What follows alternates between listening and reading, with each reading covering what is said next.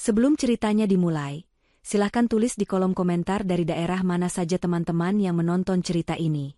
Jangan lupa like dan subscribe agar channel ini bisa semakin berkembang dan bisa mempersembahkan cerita yang lebih menarik lagi. 2 bulan pertama pernikahan Sofia dan Randy terasa seperti sebuah bab dari dongeng yang menjadi kenyataan. Setiap pagi, Sofia membuka mata dan hal pertama yang dilihatnya adalah wajah Randy yang damai tertidur di sampingnya. Sinar matahari yang menerobos masuk melalui jendela besar kamar mereka, seolah ikut merayakan kebahagiaan yang melingkupinya.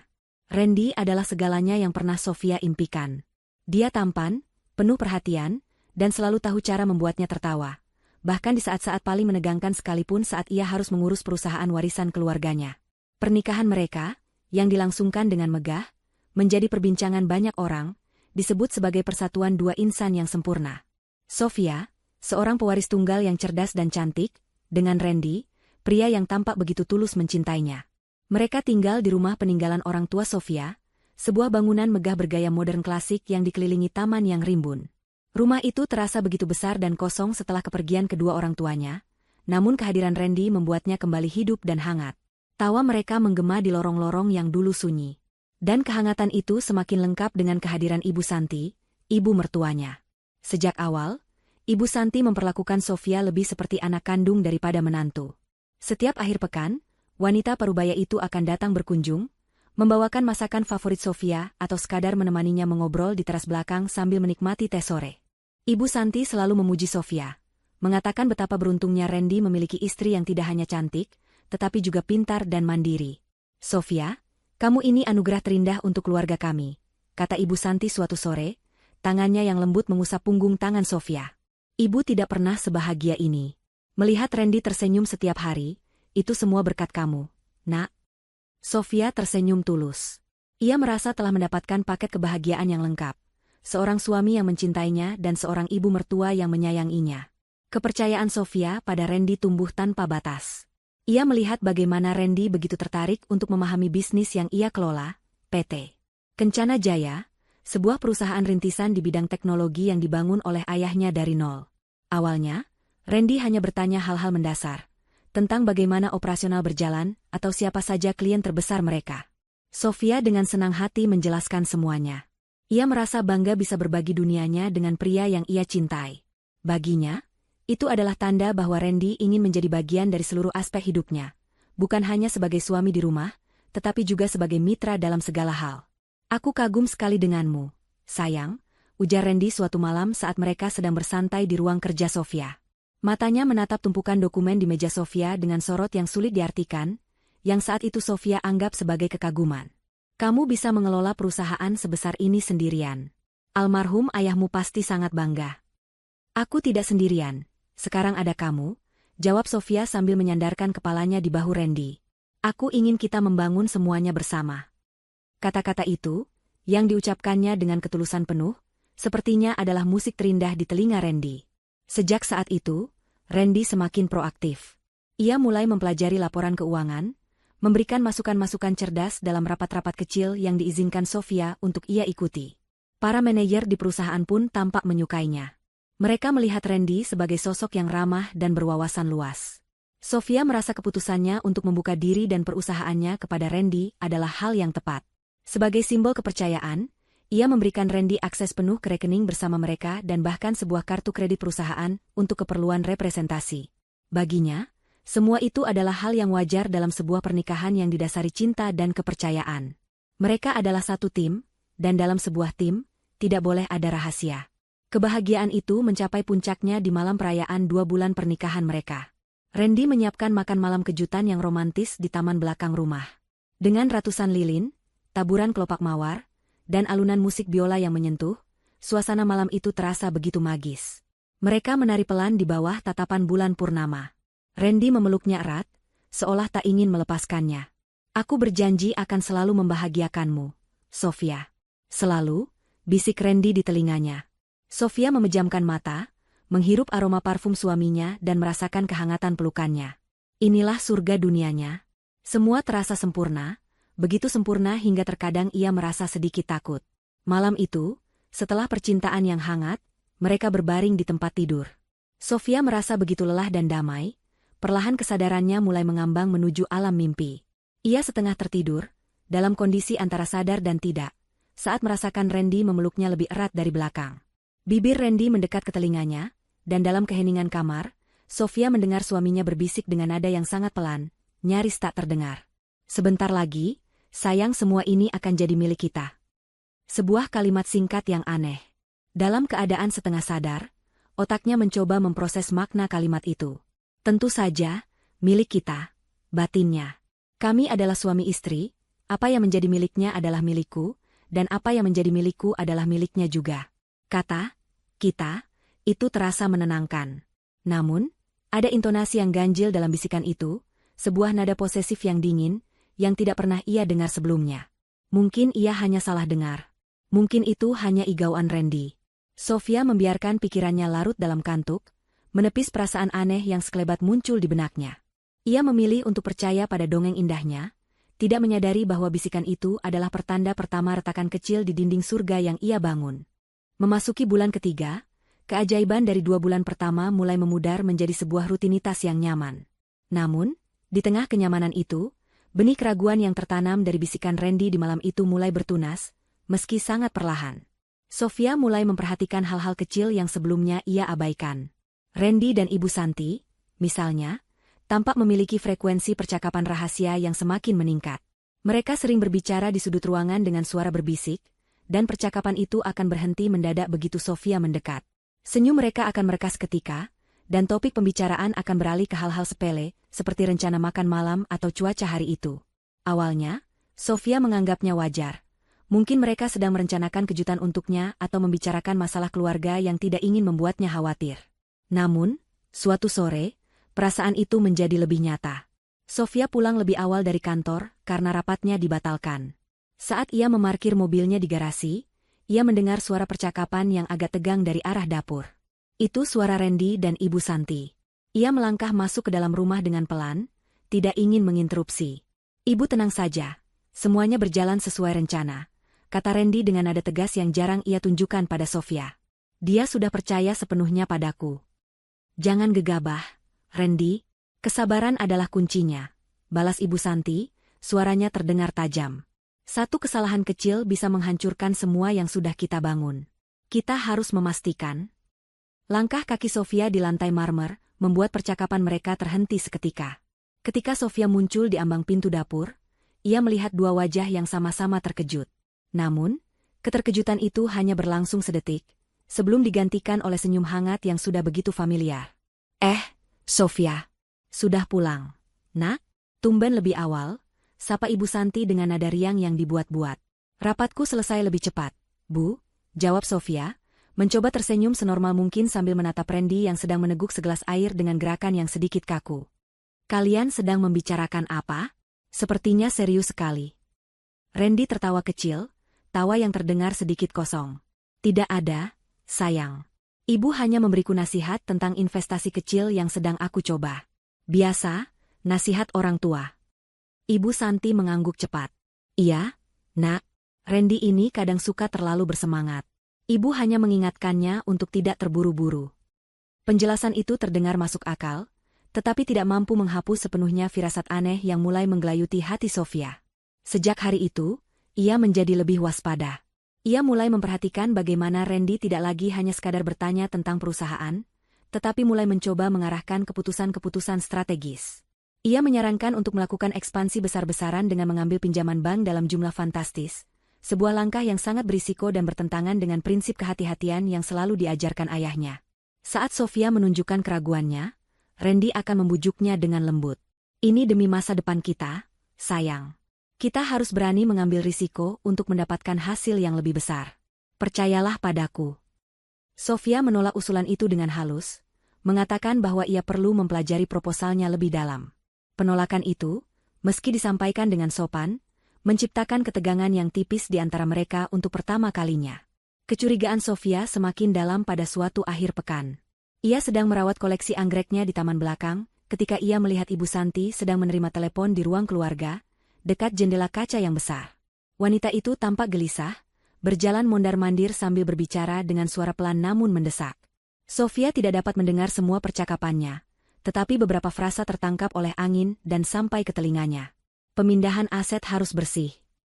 Hubungi pengacara properti itu lagi, pastikan tidak ada celah hukum. Semua harus selesai sebelum dia sadar apa yang terjadi. Jantung Sofia serasa berhenti berdetak. Pemindahan aset? Pengacara properti? Sebelum dia sadar? Siapa? Dia? Yang mereka maksud? Apakah itu dirinya? Tiba-tiba Ibu Santi berbalik dan melihat Sofia berdiri mematung di taman, menatapnya. Sekali lagi, ekspresi panik itu muncul sesaat sebelum senyum ramah terpasang di wajahnya. Ibu Santi melambai dan dengan cepat mengakhiri panggilannya, lalu berjalan keluar untuk menemui Sofia. Ada apa? Nak? Kamu pucat sekali, tanyanya dengan nada khawatir yang terdengar sangat meyakinkan. Tidak apa-apa, Bu. Aku tidak sengaja mendengar sedikit percakapan ibu di telepon. Sepertinya ada masalah serius?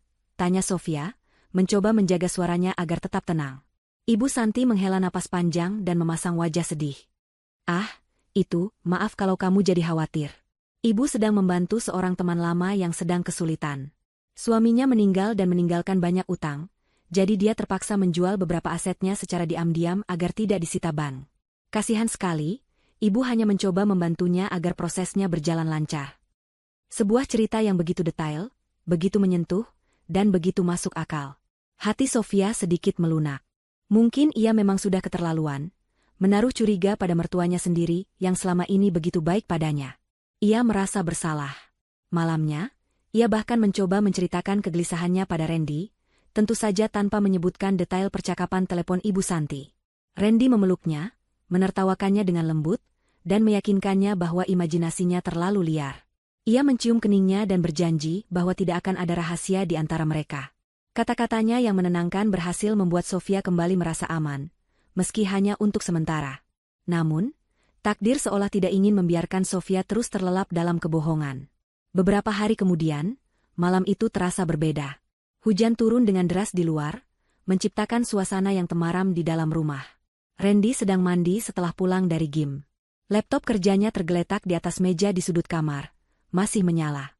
Sofia baru saja selesai berganti pakaian tidur saat sebuah notifikasi email muncul di layar laptop Randy.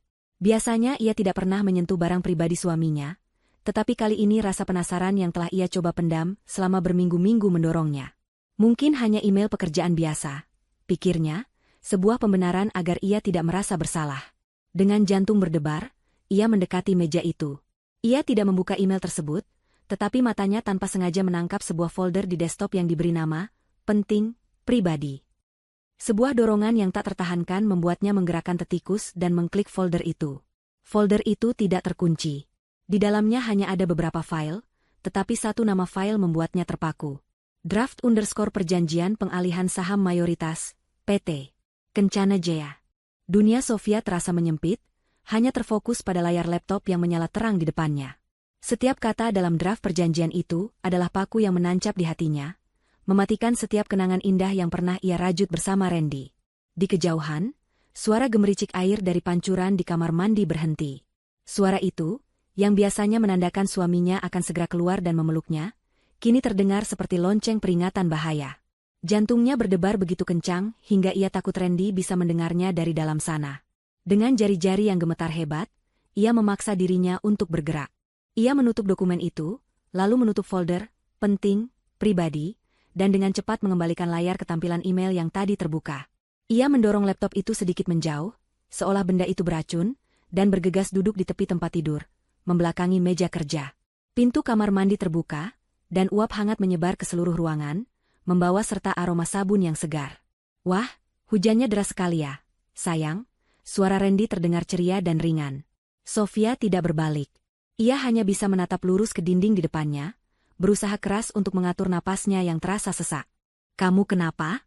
Kok diam saja? Randy melangkah mendekat, hanya berbalut handuk yang melilit pinggangnya. Ia meletakkan tangannya di bahu Sofia. Sentuhan itu terasa seperti sengatan listrik. Sofia bergidik hebat, refleks yang tidak bisa ia kendalikan. Ia segera mencoba menutupinya dengan batu kecil. Aku tidak apa-apa, jawabnya, suaranya serak. Ia berharap Randy tidak menyadari getaran dalam suaranya. Hanya sedikit pusing. Mungkin karena cuaca. Randy berlutut di depannya, mencoba menatap wajahnya. Pusing? Wajahmu pucat sekali. Sini, biar aku pijat, katanya dengan nada penuh perhatian. Perhatian palsu itu terasa seperti cuka yang disiramkan ke luka. Sofia harus mengerahkan seluruh sisa kekuatannya untuk tidak berteriak dan menampar wajah munafik itu. Ia menggelengkan kepala. Tidak usah, aku hanya perlu istirahat. Mungkin besok pagi sudah baikan. Ia memaksakan seulas senyum tipis, sebuah mahakarya akting yang lahir dari keterkejutan dan rasa takut. Randy tampak mempercayainya. Ia mengusap pipi Sofia dengan lembut sebelum bangkit untuk berganti pakaian. Saat Randy membelakanginya, Sofia menatap punggung suaminya dengan tatapan yang benar-benar baru. Di mana pria yang ia cintai? Sosok di depannya ini adalah orang asing, seorang predator yang sedang mengintai mangsanya. Draft perjanjian itu adalah bukti yang mengerikan, tetapi Sofia tahu itu belum cukup. Jika ia mengkonfrontasi Randy sekarang, pria itu akan dengan mudah berkelit. Ia akan mengatakan itu hanya sebuah draft iseng, sebuah fantasi, atau mungkin menyalahkan pengacaranya yang salah paham. Ia akan memutarbalikkan fakta dan membuatnya terlihat seperti istri pencuriga yang paranoid. Tidak. Ia butuh sesuatu yang lebih, sesuatu yang tidak bisa disangkal. Ia harus mendengar pengakuan dari mulut mereka sendiri. Ide itu muncul begitu saja, dingin dan jernih di tengah kekacauan pikirannya. Ia harus merekam mereka. Keesokan harinya adalah hari yang paling sulit dalam hidup Sofia. Ia harus bangun pagi, menyiapkan sarapan, dan tersenyum pada Randy seolah tidak ada yang terjadi. Setiap suap makanan terasa seperti abu di mulutnya. Ia bahkan harus menyapa Ibu Santi dengan ramah melalui telepon saat Randy menghubunginya. Setelah Randy berangkat ke kantornya, sebuah kantor sewaan yang kini Sofia sadari mungkin hanya kedok untuk kegiatan liciknya, Sofia segera beraksi. Ia pergi ke sebuah toko elektronik yang khusus menjual peralatan mata-mata. Dengan jantung berdebar, ia membeli alat perekam suara paling kecil dan canggih yang ada, sebuah benda mungil seukuran kancing baju dengan daya tahan baterai yang lama. Pulang ke rumah, ia merasa seperti penyusup di sarangnya sendiri. Ia harus menunggu saat yang tepat. Kesempatan itu datang sore harinya. Ibu Santi datang berkunjung, dan seperti biasa, ia dan Randy akan menghabiskan waktu di ruang kerja Randy untuk mendiskusikan investasi. Sofia tahu itu adalah waktu mereka untuk menyusun strategi. Dengan dalih ingin membuatkan mereka minuman, Sofia masuk ke dapur. Ia meletakkan alat perekam di nampan, tersembunyi di bawah serbet. Saat ia menyajikan teh untuk mereka di ruang kerja, tangannya sedikit gemetar. Sambil meletakkan cangkir di atas meja, dengan gerakan yang cepat dan terlatih, ia menyelipkan alat perekam itu di bawah bibir meja kayu yang tebal, di bagian yang tidak akan pernah terlihat kecuali jika seseorang merangkak di bawahnya. Terima kasih. Sayang, kamu memang istri terbaik, kata Randy sambil tersenyum. Iya, Sofia. Kamu perhatian sekali, timpal Ibu Santi. Pujian mereka terdengar seperti desisan ular di telinga Sofia. Ia hanya tersenyum dan berkata akan beristirahat di kamar, karena pusingnya belum hilang sepenuhnya. Ia meninggalkan mereka berdua di ruangan itu, menutup pintu, dan merasakan jantungnya seperti akan meledak. Menunggu adalah bagian yang paling menyiksa. Ia berbaring di tempat tidur, tetapi tidak bisa diam. Setiap menit terasa seperti 1 jam. Dari kamarnya, ia bisa mendengar sayup-sayup suara mereka yang sedang mengobrol, diselingi tawa. Tawa yang kini terdengar begitu mengerikan. Ia membayangkan apa yang mereka bicarakan. Mungkin mereka sedang menertawakan kebodohannya, atau mungkin merinci langkah selanjutnya dalam rencana mereka. 1 jam kemudian, ia mendengar pintu ruang kerja terbuka. Ibu Santi pamit pulang, mencium pipi Sofia dan berpesan agar ia banyak istirahat. Randy kemudian masuk ke kamar, mengatakan akan pergi keluar sebentar untuk bertemu teman. Rumah menjadi sunyi. Inilah kesempatannya. Dengan langkah mengendap-endap, Sofia kembali ke ruang kerja. Tangannya meraba-raba bagian bawah meja, dan jarinya menyentuh benda kecil yang dingin itu. Ia berhasil. Ia mengambil alat perekam itu dan membawanya ke kamarnya, lalu mengunci pintu. Dengan napas tertahan, ia menyambungkan alat perekam itu ke laptopnya dan memasang headphone. Ia tidak ingin ada risiko orang lain mendengar. Ia menekan tombol putar. Awalnya hanya ada suara denting cangkir dan basa-basi. Lalu, setelah ia mendengar suara langkah kakinya sendiri menjauh dan pintu ditutup, nada percakapan mereka berubah total. Dia sudah pergi. Anak itu benar-benar bodoh. Suara Ibu Santi terdengar tajam dan penuh cemooh. Bagaimana perkembangan draft perjanjian itu, Randy? Sudah siap, Bu. Aku hanya menunggu momen yang tepat untuk menyodorkannya. Mungkin akan aku selipkan di antara tumpukan dokumen properti baru yang sedang dia lihat. Dia tidak akan membacanya dengan teliti, jawab Randy. Ada nada bangga dalam suaranya. Bagus. Kita tidak punya banyak waktu. Semakin lama, semakin berisiko dia curiga pada sesuatu. Laporan keuangan palsu yang kamu tunjukkan padaku kemarin itu benar-benar membuatku tidak sabar. Keuntungan sebesar itu, semuanya akan segera menjadi milik kita. Jantung Sofia mencelos. Laporan keuangan palsu? Jadi Randy juga memalsukan dokumen untuk membohongi ibunya sendiri? Betapa serakahnya pria itu. Tapi kemudian, percakapan itu mengambil alur yang jauh lebih gelap. Alur yang tidak pernah ia bayangkan dalam mimpi terburuknya sekalipun. Setelah semua aset atas nama Randy, kita harus pikirkan langkah selanjutnya. Bu, kata Randy. Ada jeda sejenak, lalu suara Ibu Santi terdengar lagi, dingin dan tanpa emosi. Tentu saja. Kita harus pikirkan cara menyingkirkannya secara permanen. Dia terlalu pintar untuk dibiarkan hidup setelah tahu dia ditipu. Mungkin sebuah kecelakaan, mobil saat dia liburan sendirian? Remblong adalah skenario klasik yang sulit dilacak. Kita akan berduka sebagai keluarga yang malang dan menguasai semuanya tanpa ada jejak. Sofia menutup mulutnya dengan tangan, menahan pekikan ngeri yang nyaris keluar. Tubuhnya gemetar hebat. Ini bukan lagi soal harta. Ini soal nyawanya. Ide bagus, Bu. Suara Randy terdengar menyetujui, tanpa sedikit pun keraguan. Itu akan terlihat paling alami. Aku bisa mengaturnya. Cukup. Sofia mencabut headphone dari telinganya. Napasnya terengah-engah seolah baru saja lari maraton. Rasa sakit hati karena pengkhianatan kini telah menguap, digantikan oleh sesuatu yang lain. Sesuatu yang dingin, keras, dan sangat berbahaya, amarah murni. Cinta yang pernah ia rasakan untuk Randy telah mati total dalam beberapa menit itu, dihabisi oleh kata-kata beracun dari rekaman tersebut. Air mata yang sempat menggenang di pelupuk matanya kini kering. Ia bangkit dari tempat tidur dan berjalan ke cermin besar di kamarnya. Ia menatap pantulan dirinya. Wajah yang pucat, mata yang memerah, dan bibir yang bergetar. Itu adalah wajah seorang korban. Dan malam itu, ia bersumpah, itu adalah kali terakhir ia membiarkan dirinya menjadi korban. Ia akan melawan. Ia tidak akan lari. Ia akan menghancurkan mereka berdua dengan permainan mereka sendiri. Wajah di cermin itu perlahan berubah. Getaran di bibirnya berhenti, tergantikan oleh garis tipis yang keras. Tatapan matanya yang ketakutan berubah menjadi tajam dan membeku. Malam itu, Sofia sang istri yang naif telah mati. Yang lahir adalah seorang pejuang yang siap berperang. Pagi datang membawa serta cahaya matahari yang ironisnya terasa begitu cerah, kontras dengan kegelapan yang kini menyelimuti jiwa Sofia. Ia tidak tidur semalaman. Waktu beberapa jam itu ia gunakan bukan untuk menangis, tetapi untuk berpikir. Rekaman itu terus berputar di kepalanya. Setiap kata menjadi bahan bakar bagi api kemarahan di dalam dirinya. Setelah fajar menyingsing, ia bangkit dari tempat duduknya di depan jendela dan berjalan menuju kamar mandi. Ia menatap pantulan dirinya di cermin. Kantung mata yang menghitam dan wajah yang kuyu adalah bukti dari malam yang penuh gejolak. Itu adalah wajah seorang wanita yang hancur. Wajah seorang korban. Tidak lagi, bisiknya pada bayangannya sendiri. Ia menyalakan keran dan membasuh wajahnya dengan air dingin, lagi dan lagi, seolah ingin membersihkan sisa-sisa kenaifan dan kelemahan dari dirinya. Ia kemudian menegakkan punggungnya, menatap lurus ke matanya sendiri di cermin, dan mulai berlatih. Ia menarik sudut bibirnya ke atas, membentuk sebuah senyuman. Awalnya senyuman itu terasa kaku dan mengerikan, lebih mirip seringai. Tapi ia terus berlatih. Ia memikirkan momen-momen bahagia yang palsu bersama Randy, dan memaksakan senyum itu agar terlihat alami, hangat, dan penuh cinta. Ia melatih sorot matanya agar kembali memancarkan kekaguman, bukan kebencian. Setelah 15 menit, ia berhasil. Aktris di dalam dirinya telah lahir.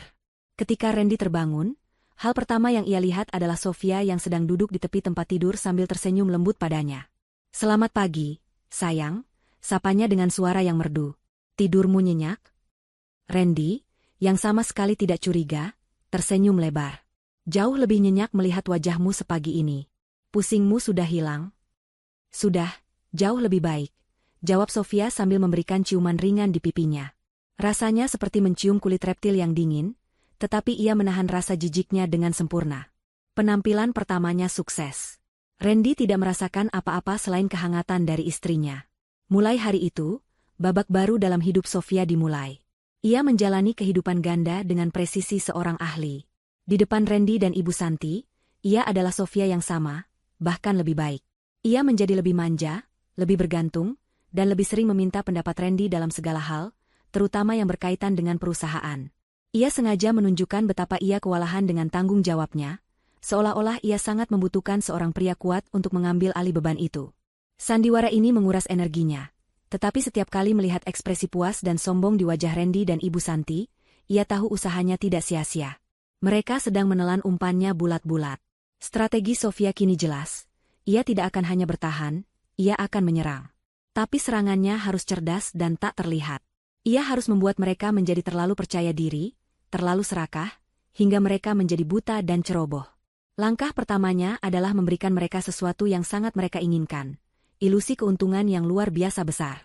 Ia menghabiskan 2 hari di kantor, bekerja sama dengan kepala bagian keuangannya, seorang pria tua loyal bernama Pak Budi, yang telah mengabdi pada ayahnya selama puluhan tahun. Tentu saja, Sofia tidak menceritakan keseluruhan masalahnya.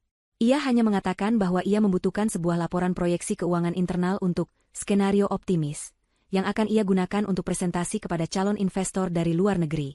Pak Budi, dengan keahliannya, membantu Sofia menyusun sebuah laporan keuangan fiktif yang tampak sangat otentik. Laporan itu menunjukkan bahwa berkat beberapa kontrak baru yang rahasia, keuntungan PT Kencana Jaya meroket hingga 300% dalam kuartal terakhir. Laporan itu juga memproyeksikan akan ada pembagian dividen dalam jumlah yang fantastis di akhir tahun. Dokumen itu adalah sebuah mahakarya kebohongan, penuh dengan angka-angka imajiner yang bisa membuat mata orang paling kaya sekalipun menjadi hijau karena iri. Malam itu, Sofia membawa pulang laporan palsu itu. Ia tidak memberikannya langsung kepada Randy. Itu akan terlalu mencurigakan. Sebaliknya, ia, secara tidak sengaja, meninggalkannya di atas meja kopi di ruang keluarga, diselipkan di antara beberapa majalah. Kemudian, saat makan malam, ia memulai aktingnya. Aduh, kepalaku rasanya mau pecah, keluhnya sambil memijat pelipisnya. Randy langsung memasang wajah khawatir. Kenapa lagi, sayang? Apa pusingmu kembali? Bukan pusing seperti kemarin. Ini pusing karena pekerjaan. Kamu tidak akan percaya apa yang terjadi di kantor. Kontrak-kontrak baru itu benar-benar meledak. Keuntungannya meroket gila-gilaan. Katanya dengan nada yang dibuat seolah-olah itu adalah sebuah beban. Laporannya ada di ruang keluarga. Aku sampai bingung bagaimana cara menginvestasikan kembali dividennya nanti. Jumlahnya terlalu besar. Rasanya aku benar-benar butuh bantuanmu untuk mengelolanya. Sofia melihat kilatan aneh di mata Randy.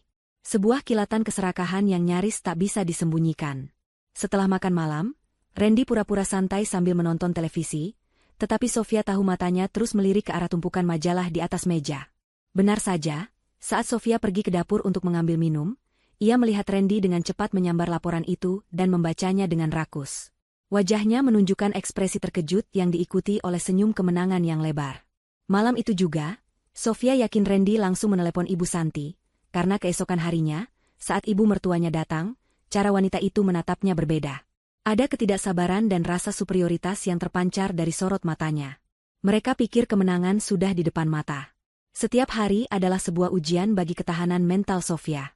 Ia harus tersenyum saat hatinya menjerit. Ia harus menerima sentuhan dari pria yang ingin membunuhnya.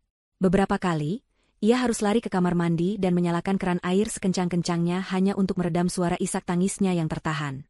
Rasa jijik dan benci itu begitu kuat, tetapi ia mengubahnya menjadi kekuatan.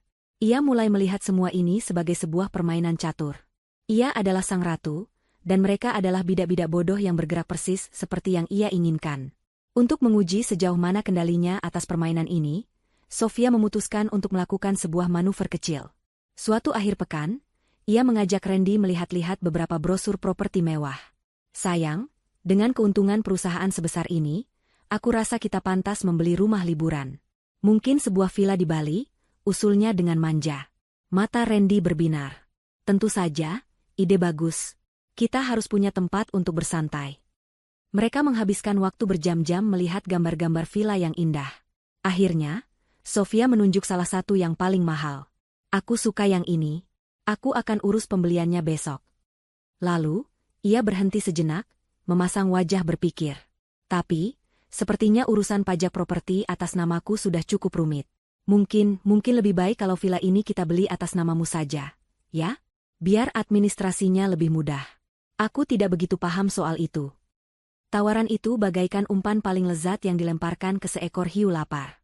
Randy berusaha keras menyembunyikan kegembiraannya, tetapi Sofia bisa melihatnya dengan jelas. Kilatan predator yang puas di matanya saat ia berkata, "Tentu, sayang. Apapun yang menurutmu terbaik, aku akan dengan senang hati mengurusnya untukmu." Saat itu, Sofia tahu ia telah memenangkan pertempuran psikologis ini. Mereka tidak lagi waspada. Mereka telah dibutakan oleh keserakahan mereka sendiri, dan oleh aktingnya yang sempurna.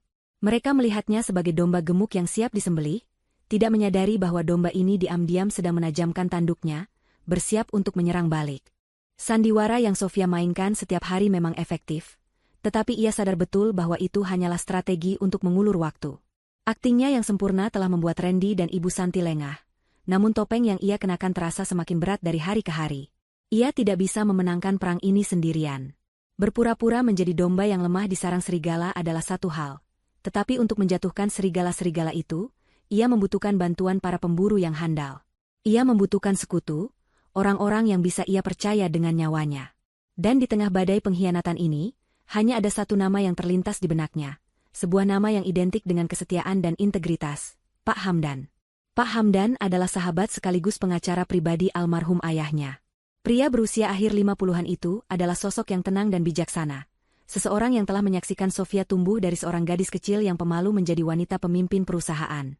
Setelah ayahnya meninggal, Pak Hamdan adalah pilar kekuatan bagi Sofia, membantunya melewati masa-masa sulit dan memastikan transisi kepemimpinan di PT Kencana Jaya berjalan mulus. Mengingat kembali sosoknya memberikan Sofia secercah harapan. Ia tahu, jika ada satu orang di dunia ini yang akan membelanya tanpa pamrih, orang itu adalah Pak Hamdan. Mengatur pertemuan dengannya bukanlah hal yang mudah. Sofia harus memastikan tidak ada jejak yang bisa diikuti oleh Randy. Ia tidak menggunakan ponselnya sendiri. Saat sedang dalam perjalanan ke kantor keesokan harinya, ia sengaja berhenti di sebuah pusat perbelanjaan, membeli sebuah ponsel murah dengan nomor prabayar baru. Dari sanalah, ia menghubungi nomor pribadi Pak Hamdan. "Selamat pagi, Pak Hamdan. Ini saya, Sofia," sapanya. Suaranya sedikit bergetar. Terdengar keterkejutan yang menyenangkan di seberang telepon. "Sofia, apa kabar? Nak, Bapak sudah lama tidak mendengar kabarmu. Tumben sekali menelepon dari nomor yang tidak dikenal." "Saya baik, Pak. Maaf mengganggu. Ada sesuatu yang sangat penting dan mendesak yang harus saya bicarakan dengan Bapak. Sesuatu yang sangat rahasia. Bisakah kita bertemu?" Nada suara Sofia yang serius dan mendesak membuat Pak Hamdan langsung paham. "Tentu saja. Kapan dan di mana?" Mereka sepakat untuk bertemu di sebuah kedai kopi kuno di pinggiran kota, tempat yang jauh dari lingkungan yang biasa mereka datangi. Sofia memilih waktu makan siang, saat Randy berpikir ia sedang sibuk dengan rapat di kantor. Dengan alasan ada pertemuan dengan klien di luar, Sofia berhasil keluar dari kantor tanpa menimbulkan kecurigaan. Jantungnya berdebar kencang sepanjang perjalanan. Ini adalah langkah pertamanya untuk melawan, dan ia merasa takut sekaligus bersemangat. Pak Hamdan sudah menunggunya di meja sudut yang terpencil. Wajahnya yang biasanya tenang, tampak sedikit khawatir melihat ekspresi tegang di wajah Sofia. Setelah memesan minuman, tanpa basa-basi lagi, Sofia mulai menceritakan segalanya. Ia menceritakan tentang 2 bulan pernikahannya yang indah, tentang keanehan-keanehan kecil yang mulai muncul, tentang draft perjanjian pengalihan saham yang ia temukan di laptop Randy. Wajah Pak Hamdan berubah dari ramah menjadi serius, lalu mengeras saat Sofia menceritakan detailnya. "Ini buruk, Sofia. Sangat buruk," kata Pak Hamdan dengan suara rendah.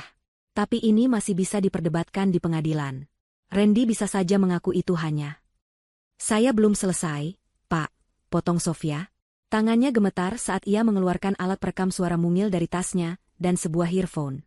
"Bapak harus mendengar ini sendiri." Ia menyerahkan earphone itu kepada Pak Hamdan dan memutar rekaman percakapan antara Randy dan Ibu Santi di ruang kerja.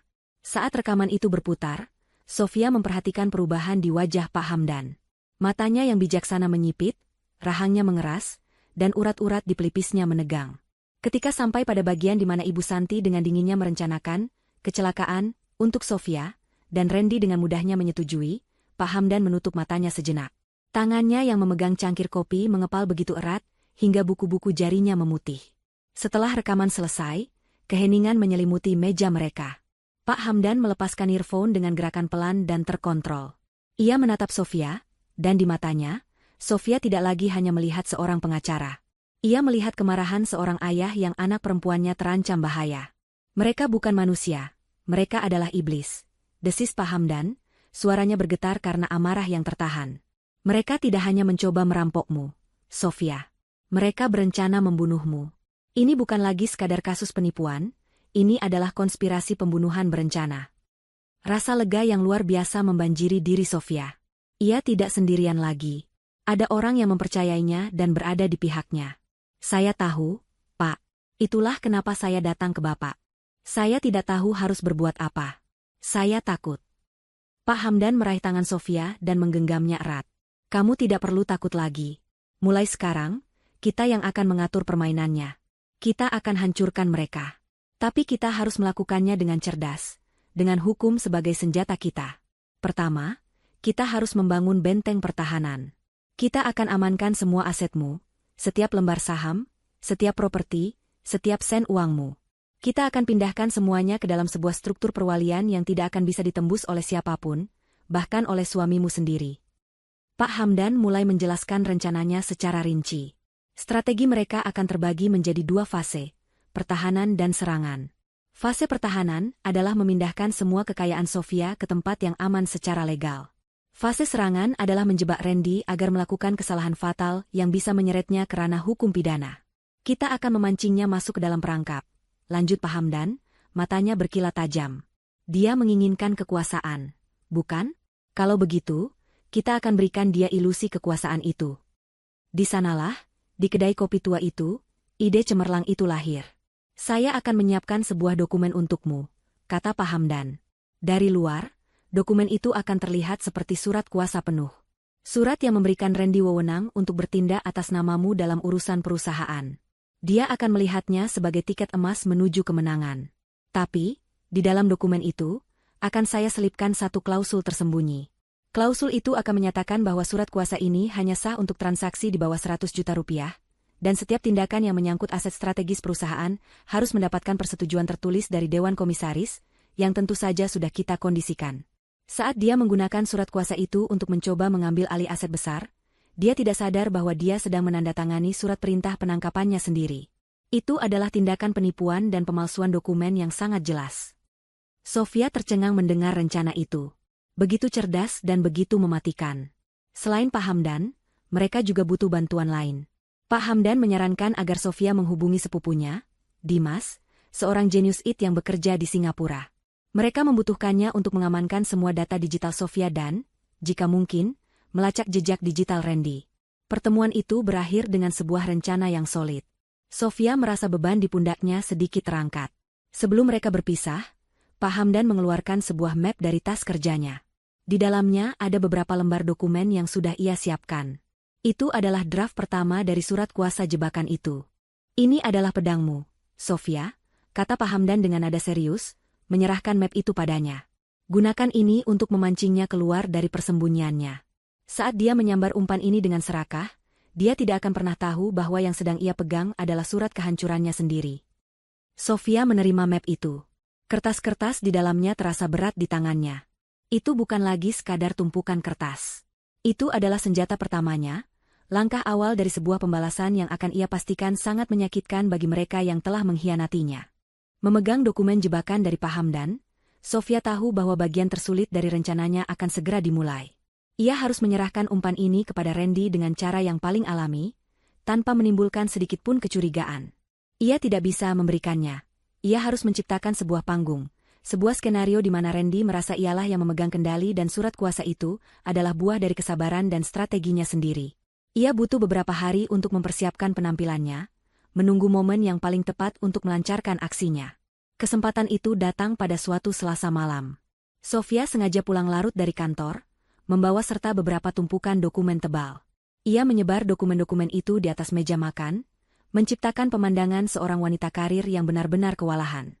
Ia menghela napas dengan keras, memijat-mijat pelipisnya, dan memastikan Randy melihat betapa tertekannya ia. Kerjaan lagi, sayang? Tanya Randy sambil mendekat, melingkarkan lengannya di pinggang Sofia dari belakang. Sofia bersandar pada tubuh Randy, sebuah tindakan yang membuatnya ingin muntah, namun ia menahannya. Iya, aku pusing sekali.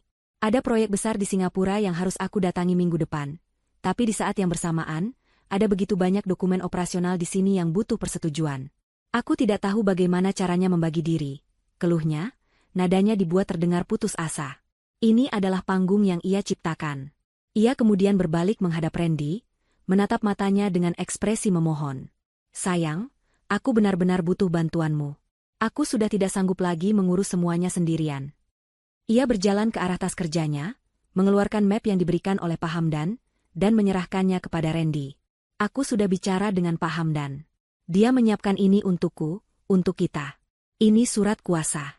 Ini akan memberimu wewenang untuk menandatangani dokumen-dokumen rutin perusahaan dan mengambil keputusan-keputusan kecil saat aku pergi ke Singapura nanti. Dengan begitu, roda perusahaan tetap berjalan dan aku bisa fokus pada proyek di sana.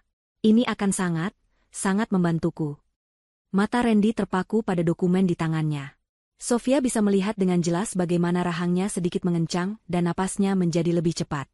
Itu adalah reaksi seekor pemangsa yang akhirnya melihat mangsanya menyerah tanpa perlawanan. Randy mencoba keras untuk terlihat tenang dan simpatik. Ia membuka map itu dan berpura-pura membacanya dengan saksama. Tentu saja, matanya hanya akan fokus pada kalimat-kalimat yang memberinya kekuasaan, persis seperti yang telah diprediksi oleh Pak Hamdan. Ia sama sekali tidak akan menyadari klausul tersembunyi yang diselipkan dengan rapi di antara jargon-jargon hukum yang rumit di halaman ketiga. Kamu yakin, Sofia? Ini kepercayaan yang sangat besar, kata Randy, suaranya dibuat terdengar terharu. Aku tidak pernah seyakin ini. Kamu suamiku. Siapa lagi yang bisa kupercaya? Jawab Sofia dengan tatapan paling tulus yang bisa ia kerahkan. Randy langsung memeluknya erat. Terima kasih, sayang. Terima kasih.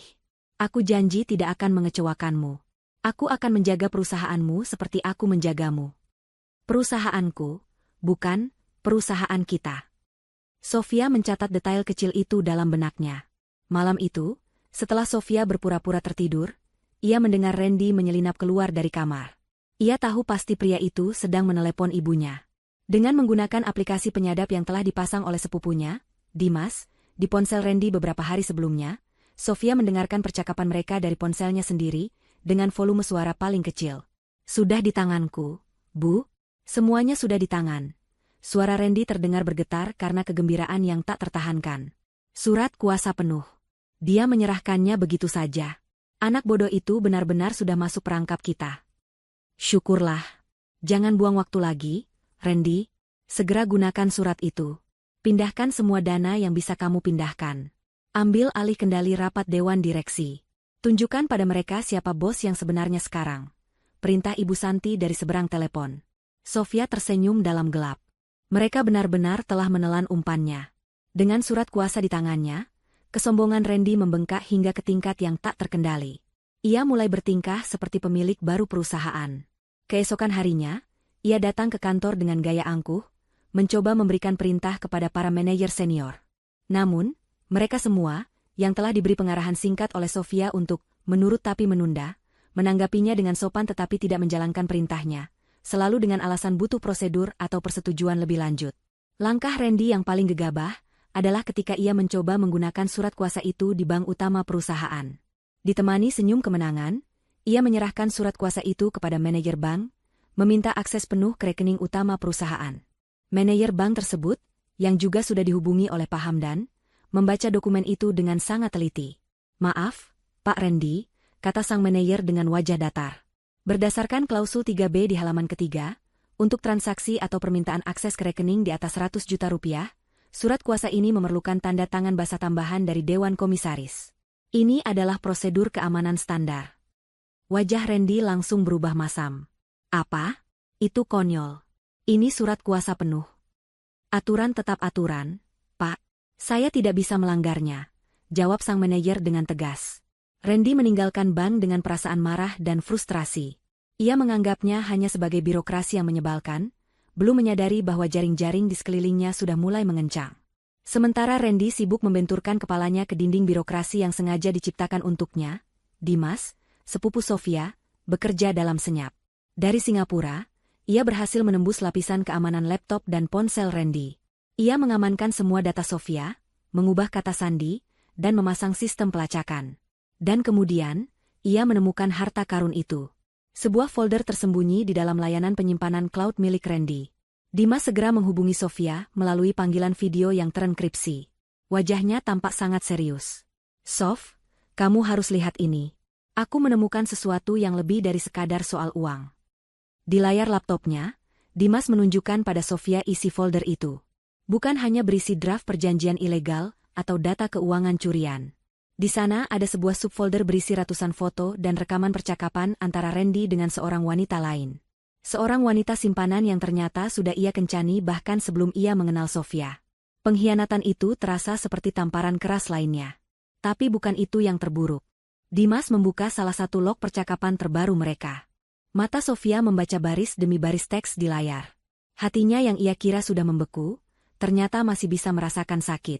Dalam percakapan itu, Randy berjanji pada selingkuhannya akan masa depan yang mewah. Wanita itu bertanya, "Bagaimana dengan istrimu? Dan ibumu yang katanya mengatur segalanya?" Jawaban dari Randy membuat darah Sofia seolah berhenti mengalir. "Istriku hanya tinggal menunggu, kecelakaan, kecil. Dan setelah semuanya beres, ibuku yang cerewet itu juga akan aku singkirkan. Dia terlalu banyak tahu. Setelah itu, semua harta ini akan menjadi milik kita berdua saja, sayang. Hanya kita berdua." Pengkhianatan berlapis. Randy tidak hanya berencana membunuh Sofia, ia juga berencana menyingkirkan ibunya sendiri, rekan konspirasinya. Ibu Santi, sang dalang, ternyata juga hanyalah bidak catur lain dalam permainan Randy yang lebih besar. Sofia menatap layar, tidak bisa berkata apa. Rasa sakit itu perlahan sirna, digantikan oleh sesuatu yang lain. Sebuah perasaan dingin yang menenangkan. Sebuah senyuman tipis dan mengerikan mulai terbentuk di bibirnya. Randy telah memberinya senjata yang paling kuat, senjata yang bahkan tidak pernah ia bayangkan. Ia kini tidak hanya memegang bukti kejahatan mereka terhadapnya, tetapi juga bukti pengkhianatan di antara mereka sendiri. Permainan catur ini baru saja menjadi jauh lebih menarik. Penemuan bukti pengkhianatan Randy terhadap ibunya sendiri adalah titik balik bagi Sofia. Rencananya kini berevolusi. Tujuannya bukan lagi sekadar untuk bertahan hidup dan mencari keadilan untuk dirinya sendiri. Tujuannya sekarang adalah menjadi sutradara dari kehancuran total mereka. Ia akan memastikan bahwa fondasi keserakahan yang mereka bangun bersama akan runtuh dan menimpa mereka berdua. Ia tidak akan hanya mengalahkan mereka, ia akan membuat mereka saling menghancurkan. Namun, sebelum badai itu bisa ia lepaskan, ia harus memastikan kapalnya tertambat dengan aman di pelabuhan. Perjalanan bisnis ke Singapura yang telah ia sebut-sebut menjadi alibi yang sempurna. Randy dan Ibu Santi dengan senang hati melepasnya pergi, membayangkan bahwa saat ia kembali, mereka akan selangkah lebih dekat pada tujuan akhir mereka. Mereka tidak tahu bahwa Sofia tidak pernah benar-benar meninggalkan negara itu. Sebaliknya, ia menginap di sebuah suite hotel mewah di pusat kota, mengubahnya menjadi markas komando rahasia. Di sanalah, selama 3 hari 3 malam, ia bersama Pak Hamdan dan tim kecil yang terdiri dari para ahli hukum dan keuangan terbaik, bekerja tanpa henti untuk membangun benteng pertahanan di sekeliling asetnya. Ruang pertemuan di suite hotel itu dipenuhi dengan tumpukan dokumen, laptop yang terus menyala, dan aroma kopi kental yang pekat. Suasananya tegang namun penuh energi. Ini adalah inti dari serangan balasan Sofia. Sebuah perampokan yang dilakukan di atas kertas, sepenuhnya legal dan sangat mematikan. Pak Hamdan, dengan ketenangannya yang mengesankan, memimpin operasi itu. Langkah pertama dan paling penting, jelas Pak Hamdan pada hari pertama, adalah memisahkan dirimu, Sofia, dari aset-asetmu secara hukum. Selama aset itu masih atas namamu, Randy sebagai suamimu, meskipun sulit, masih bisa mencoba mencari celah untuk mengklaimnya. Jadi, kita akan menciptakan sebuah entitas baru yang kebal hukum. Solusinya adalah sebuah dana perwalian tak dapat dibatalkan atau irrevocable trust. Selama berjam-jam, para pengacara bekerja menyusun akta perwalian yang rumit. Semua aset berharga milik Sofia, mulai dari 60% saham mayoritasnya di PT Kencana Jaya, portofolio investasi di pasar saham, tabungan pribadi dalam berbagai mata uang, hingga koleksi perhiasan warisan ibunya, dipindahkan kepemilikannya ke dalam perwalian ini. Secara teknis, Sofia bukan lagi pemilik langsung dari semua itu. Pemiliknya adalah Perwalian Kencana Abadi, yang Dewan Perwaliannya terdiri dari 3 orang yang tak tergoyahkan, Pak Hamdan, Pak Budi sang Direktur Keuangan yang setia, dan Sofia sendiri sebagai penerima manfaat tunggal. Artinya apa, Pak? Tanya Sofia di tengah penandatanganan puluhan dokumen. Artinya, jawab Pak Hamdan sambil menunjuk sebuah klausul, tidak ada satu orang pun di dunia ini, termasuk suami sah, yang bisa menyentuh, mengklaim, atau bahkan menanyakan aset di dalam perwalian ini tanpa persetujuan mutlak dari kami bertiga. Ini adalah brankas finansial paling aman yang bisa diciptakan oleh hukum. Langkah kedua adalah mengamankan perusahaan itu sendiri. Sofia mengadakan rapat Dewan Komisaris Darurat melalui panggilan video dari kamar hotelnya. Di hadapan para anggota Dewan yang loyal, ia tidak mengungkapkan rencana pembunuhan itu, karena akan menimbulkan kepanikan. Namun, ia menyajikan bukti yang tak terbantahkan mengenai upaya Randy untuk melakukan pengambil alihan perusahaan secara ilegal, termasuk salinan surat kuasa jebakan itu dan laporan dari bank mengenai upaya Randy mengakses rekening perusahaan. Bukti itu sudah lebih dari cukup. Dewan Komisaris marah besar. Mereka dengan suara bulat mengeluarkan beberapa resolusi penting, mencabut semua akses, sekecil apapun, yang pernah diberikan kepada Randy, memperbarui semua protokol keamanan digital dan fisik perusahaan, dan yang paling penting, mengeluarkan surat keputusan resmi yang menyatakan surat kuasa yang dipegang Randy tidak valid dan batal demi hukum. Dengan alasan dokumen tersebut telah coba disalahgunakan untuk tindakan yang berpotensi merugikan perusahaan. Di tengah kesibukan itu, sebuah momen menegangkan nyaris menggagalkan segalanya. Pada hari kedua, Sekretaris Sofia meneleponnya dengan panik. Ibu Sofia, gawat. Ibu Santi datang ke kantor tanpa pemberitahuan. Beliau memaksa ingin bertemu dengan ibu dan memeriksa beberapa laporan. Jantung Sofia serasa berhenti berdetak. Ibu Santi pasti mulai curiga karena Randy terus menemui jalan buntu. Di kamar hotel, Sofia dan Pak Hamdan saling berpandangan. Dokumen-dokumen perwalian yang sangat rahasia tersebar di atas meja. Cepat, bereskan semuanya, perintah Pak Hamdan. Mereka dengan sigap menyembunyikan semua dokumen sensitif ke dalam koper dan lemari. Sofia kemudian menarik napas dalam-dalam, mempersiapkan dirinya untuk penampilan terbaiknya. Ia menelepon balik ke kantor dan meminta disambungkan dengan Ibu Santi. Halo, Bu? Maaf sekali, aku sedang di tengah rapat penting di Singapura, kata Sofia, suaranya dibuat terdengar lelah dan sibuk. Ada apa ya, Bu? Semuanya baik-baik saja? Kenapa kamu tidak bilang kalau rapatmu di luar negeri? Kantor kelihatannya sibuk sekali. Ibu hanya ingin memastikan semuanya terkendali, jawab Ibu Santi, nadanya penuh selidik. Justru itu, Bu. Proyek ini menyita seluruh waktuku. Makanya aku berikan kuasa pada Randy, supaya dia bisa bantu di sana. Apa Randy tidak cerita? Aduh, maaf ya Bu, aku harus kembali ke rapat.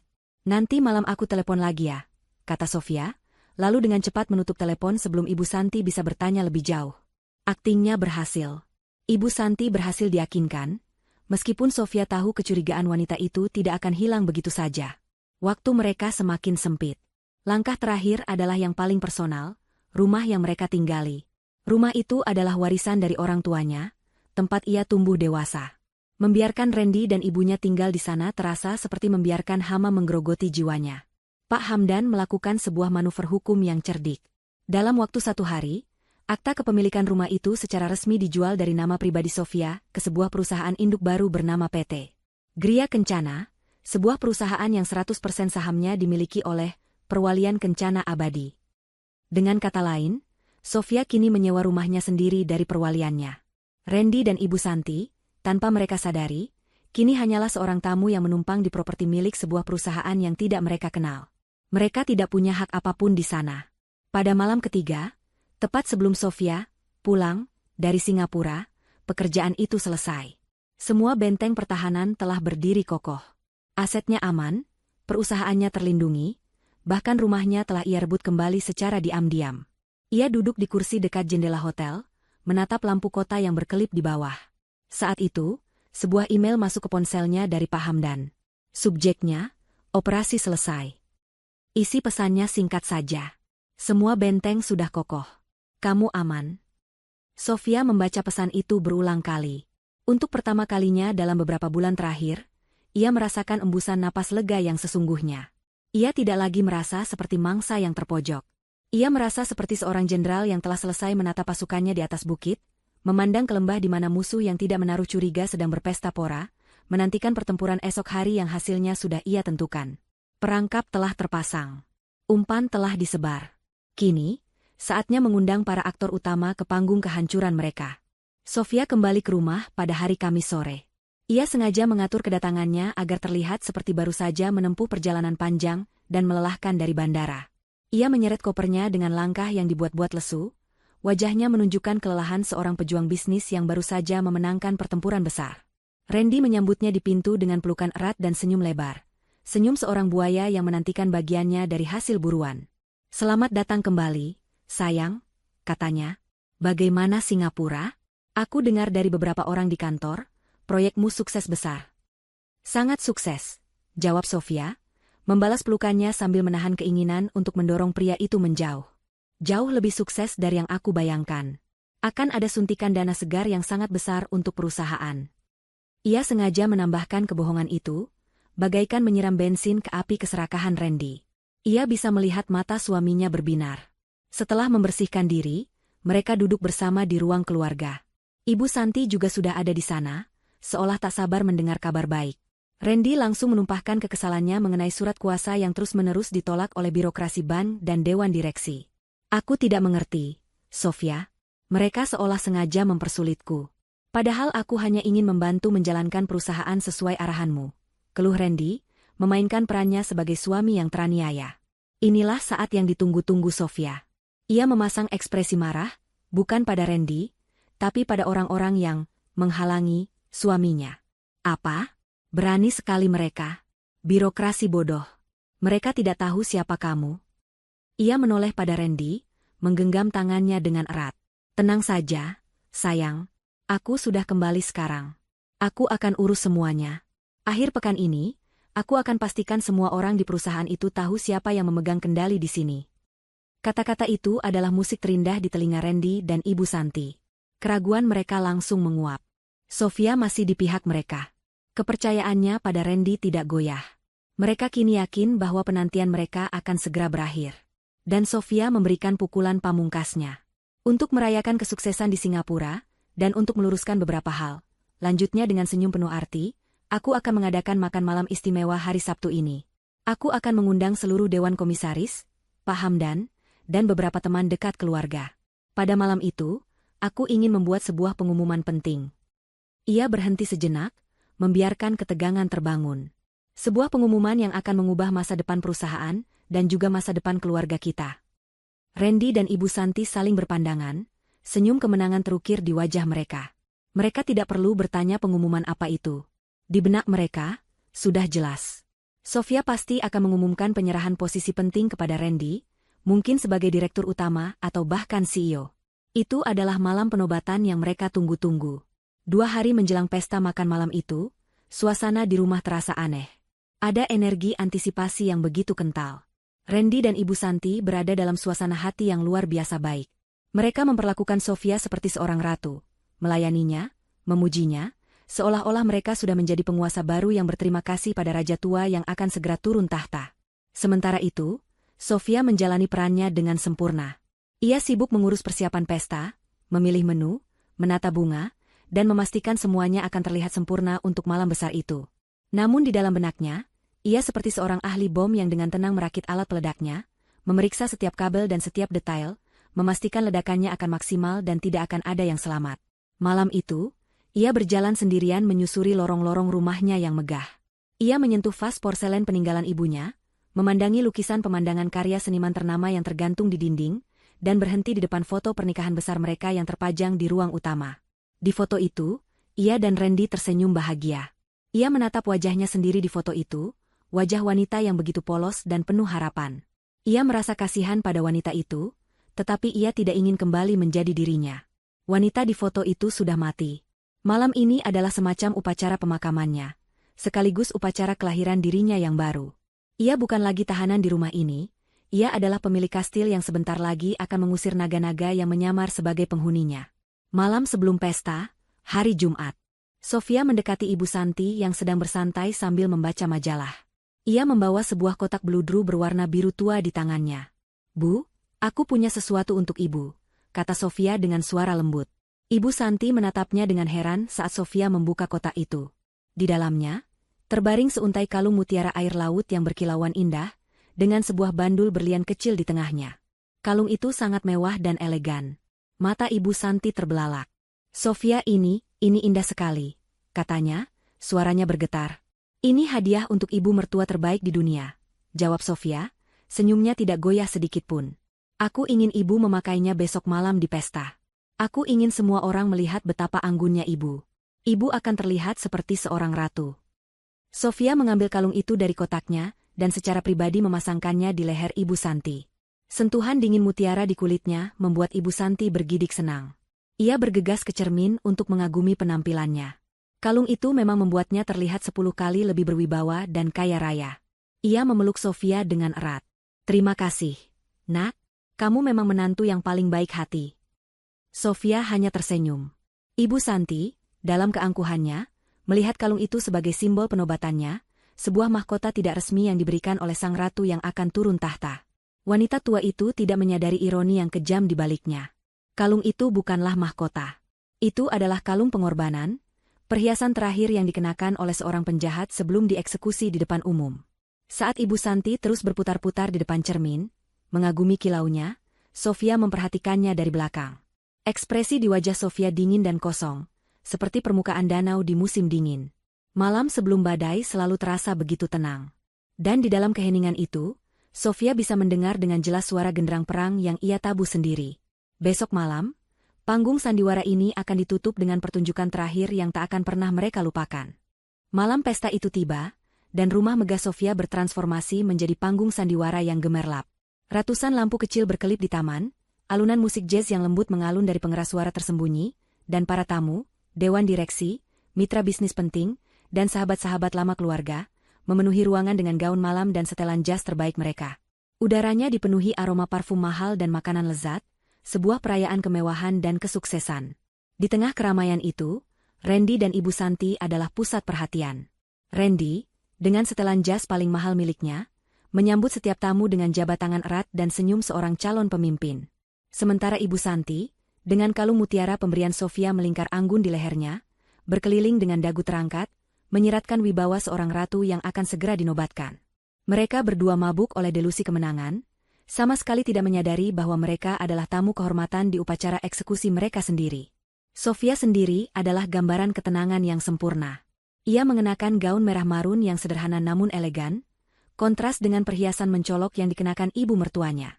Ia menyapa setiap tamu dengan senyum hangat, matanya memancarkan keramahan, namun di baliknya ada ketajaman sebilah pisau es. Ia membiarkan Randy dan Ibu Santi menikmati momen mereka, membiarkan mereka terbang setinggi mungkin, karena ia tahu semakin tinggi mereka terbang, semakin keras mereka akan jatuh. Ketika Pak Hamdan tiba, mereka hanya bertukar pandang sekilas. Sebuah anggukan kecil dari pengacara tua itu sudah cukup untuk memberitahu Sofia bahwa semua bidak catur terakhir sudah berada di posisinya. Setelah makan malam selesai dan para pelayan menyajikan hidangan penutup, momen itu pun tiba. Sofia melangkah ke depan sebuah panggung kecil yang telah disiapkan, di belakangnya terdapat sebuah layar proyektor besar yang masih kosong. Ia mengetuk pelan sebuah gelas sampanye dengan sendok kecil, dan dentingannya yang nyaring berhasil membungkam seluruh ruangan. Semua mata kini tertuju padanya. Randy dan Ibu Santi berdiri di dekatnya, wajah mereka berseri-seri penuh antisipasi. "Selamat malam semuanya," Sofia memulai, suaranya jernih dan mantap. "Terima kasih banyak sudah berkenan hadir malam ini. Seperti yang kalian tahu, kita berkumpul untuk merayakan kesuksesan perjalanan bisnis saya dan menyambut masa depan cerah bagi PT Kencana Jaya." Ia berhenti sejenak, matanya menyapu seluruh ruangan sebelum akhirnya berhenti pada Randy dan Ibu Santi. Senyum tipis tersungging di bibirnya. "Malam ini, kita memang akan berbicara tentang masa depan. Tapi sebelum kita bisa melangkah maju dengan bersih, kita harus terlebih dahulu membersihkan pengkhianatan dan kebusukan dari masa lalu, dan juga dari masa kini." Kalimat itu jatuh seperti batu ke dalam kolam yang tenang, menciptakan riak kebingungan di antara para tamu. Senyum di wajah Randy dan Ibu Santi membeku, digantikan oleh ekspresi bingung. Suasana yang tadinya riang gembira seketika berubah menjadi tegang. Tanpa memedulikan kebingungan mereka, Sofia memberi isyarat kepada Dimas yang berada di ruang kontrol. Layar proyektor di belakangnya menyala, menampilkan gambar salinan surat kuasa yang telah ia berikan kepada Randy. "Beberapa dari Anda mungkin tahu bahwa sebagai ujian kepercayaan, saya telah memberikan sebuah surat kuasa kepada suami saya, Randy Pratama," kata Sofia, suaranya dingin dan terukur. Wajah Randy mulai memucat. Layar kemudian berganti, menampilkan surat penolakan resmi dari bank dan notulen rapat Dewan Komisaris yang menyatakan surat kuasa itu tidak valid. Sofia dengan tenang menjelaskan klausul tersembunyi yang telah Randy abaikan dan bagaimana ia telah mencoba menggunakan dokumen itu untuk melakukan penipuan. Para tamu mulai berbisik-bisik, menatap Randy dengan sorot mata curiga. Tapi ternyata, lanjut Sofia, suaranya meninggi, memotong bisikan-bisikan itu, percobaan pencurian sebuah perusahaan bukanlah kejahatan terburuk yang mereka rencanakan. Ia memberi isyarat lagi. Keheningan yang mencekam menyelimuti ruangan saat suara dari sebuah rekaman mulai terdengar melalui sistem pengeras suara. Itu adalah suara Ibu Santi, tajam dan jernih, sedang berbicara dengan Randy. Para tamu mendengarkan dengan ngeri saat Ibu Santi dengan dinginnya merinci rencana untuk membuat Sofia mengalami kecelakaan mobil. Suara tawa Randy yang menyetujui rencana itu terdengar begitu mengerikan di tengah keheningan. Beberapa tamu wanita menutup mulut mereka karena terkejut. Ibu Santi terpaku di tempatnya, wajahnya sepucat kertas, matanya menatap liar seolah mencari sumber suara. Kalung mutiara di lehernya tampak seolah sedang mencekiknya. Dan Randy, kata Sofia, kini berbalik sepenuhnya untuk menatap suaminya yang gemetar hebat. Kau pikir aku tidak tahu bahwa kesetiaanmu bahkan tidak berlaku untuk ibumu sendiri, rekan kejahatanmu. Layar proyektor kembali berganti. Kali ini menampilkan tangkapan layar dari percakapan antara Randy dan wanita simpanannya. Sofia sengaja menyorot bagian yang paling mematikan dengan lingkaran merah. Setelah Sofia dan ibuku yang cerewet itu tidak ada, semua ini akan jadi milik kita berdua saja. Itulah skakmat. Pukulan terakhir yang menghancurkan segalanya. Ibu Santi, yang tadinya masih mencoba mencari cara untuk menyangkal rekaman suara itu, kini menoleh pada putranya. Wajahnya adalah topeng dari kengerian, keterkejutan, dan pengkhianatan yang tak terlukiskan. Pria yang ia besarkan, anak yang ia jadikan alat sekaligus partner, ternyata juga merencanakan kematiannya. Ikatan busuk di antara mereka hancur berkeping-keping di depan mata semua orang. Kekacauan meledak. Randy, menyadari permainannya telah berakhir, jatuh berlutut di depan Sofia. Maafkan aku, Sofia. Ampuni aku. Aku dipaksa. Ini semua ide ibu. Teriaknya dengan panik, mencoba menyelamatkan dirinya sendiri dengan mengorbankan ibunya. Mendengar itu, kewarasan Ibu Santi seolah lenyap. Dikhianati oleh putranya sendiri adalah hal yang tidak bisa ia terima. Anak tidak tahu diuntung. Pengkhianat, jeritnya histeris, suaranya melengking tinggi. Ia mencoba menerjang Randy, tetapi tenaganya sudah habis. Sofia menatap pemandangan itu tanpa emosi. Ia mengabaikan Randy yang meratap di kakinya. Dengan suara yang dingin dan berwibawa, ia berbicara untuk yang terakhir kalinya kepada mereka. Pernikahan kita selesai. Dan kalian berdua, katanya, tatapannya menusuk tajam, tidak lagi diterima di rumah ini. Omong-omong, rumah ini sudah bukan lagi milik pribadi saya, tapi milik perusahaan perwalian yang tidak bisa kalian sentuh. Ia mengangkat tangannya, memberi isyarat kepada dua orang petugas keamanan berbadan tegap yang sejak tadi menyamar sebagai tamu. Keluarkan sampah ini dari rumah saya. Sekarang. Para petugas bergerak maju. Randy terus memohon dan menangis. Sebuah pemandangan yang menyedihkan. Namun, Ibu Santi bereaksi berbeda.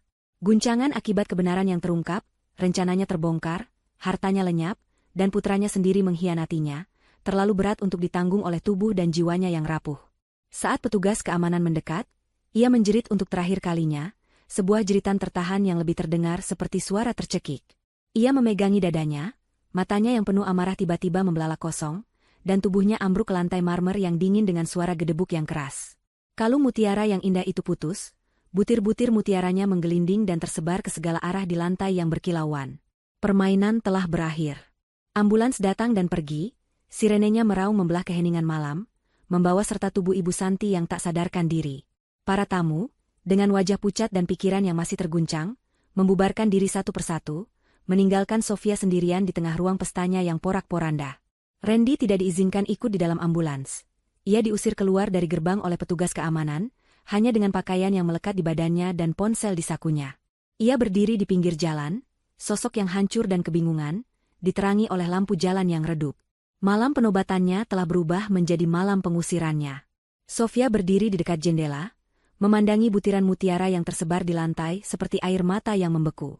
Ia tidak merasakan kemenangan, juga tidak merasakan kesedihan. Yang ia rasakan hanyalah kehampaan yang damai.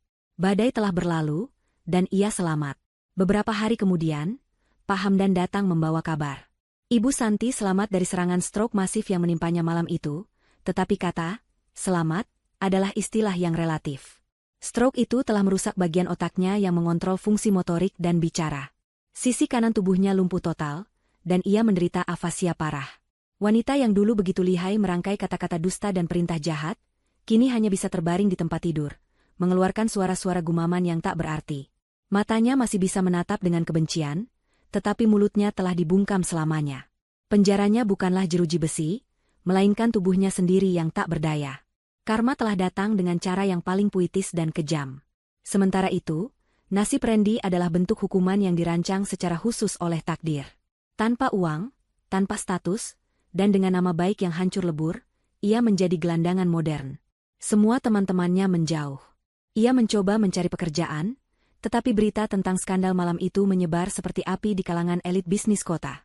Tidak ada yang mau mempekerjakannya. Satu-satunya miliknya yang tersisa adalah tanggung jawab. Dengan sisa uang yang ia miliki, ia menyewa sebuah kamar kontrakan kecil yang pengap dan memindahkan ibunya dari rumah sakit. Sofia, melalui Pak Hamdan, memutuskan untuk tidak mengajukan tuntutan konspirasi pembunuhan. Itu adalah keputusan yang dingin dan diperhitungkan. Penjara, menurutnya, adalah jalan keluar yang terlalu mudah. Ia ingin Randy menderita. Ia membiarkan tuntutan penipuan dan pemalsuan dokumen tetap berjalan, yang berakhir dengan vonis hukuman percobaan. Randy tidak dipenjara, tetapi ia terikat. Hukuman yang sesungguhnya adalah kehidupannya sehari-hari. Setiap pagi ia bangun dan harus merawat wanita yang telah ia hianati. Ia harus membersihkan tubuhnya yang lumpuh, menyuapinya, dan menghadapi tatapan penuh kebencian dari mata ibunya yang tidak bisa berbicara. Mereka terjebak dalam neraka yang mereka ciptakan bersama, saling membenci dalam keheningan yang memuakan. Bagi Sofia, hidup terus berjalan. Ia mengajukan gugatan cerai yang diproses dengan cepat. Ia merombak total manajemen perusahaannya, membersihkan semua elemen yang ia curigai tidak loyal. Ia bekerja lebih keras dari sebelumnya, bukan untuk melarikan diri dari masa lalu, tetapi untuk membangun masa depan yang baru di atas puing-puing pengkhianatan itu. Ia menjadi pemimpin yang lebih tangguh, lebih waspada, dan jauh lebih bijaksana. Luka-luka di hatinya perlahan sembuh, meninggalkan bekas luka yang menjadi pengingat permanen akan kekuatan yang ia temukan dalam dirinya. Setahun kemudian, PT Kencana Jaya berada di puncak kejayaannya di bawah kepemimpinan Sofia. Ia baru saja menyelesaikan sebuah rapat penting yang mengukuhkan posisi perusahaannya sebagai pemimpin pasar. Sore itu, ia memutuskan untuk berkendara sendirian menyusuri pantai. Ia berhenti di sebuah tebing yang menghadap ke laut lepas, tempat yang sama di mana ia dan Randy dulu pernah memimpikan masa depan mereka. Angin laut meniup rambutnya, membawa serta aroma garam dan kebebasan. Ponselnya bergetar.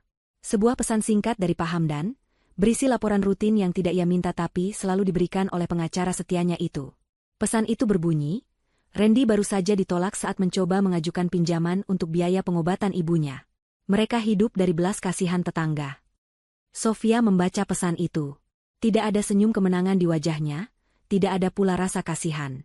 Ia hanya menatap cakrawala di mana matahari perlahan mulai terbenam, mewarnai langit dengan semburat jingga dan emas. Ia telah memanen apa yang ia tanam, kekuatan, kemandirian, dan kedamaian.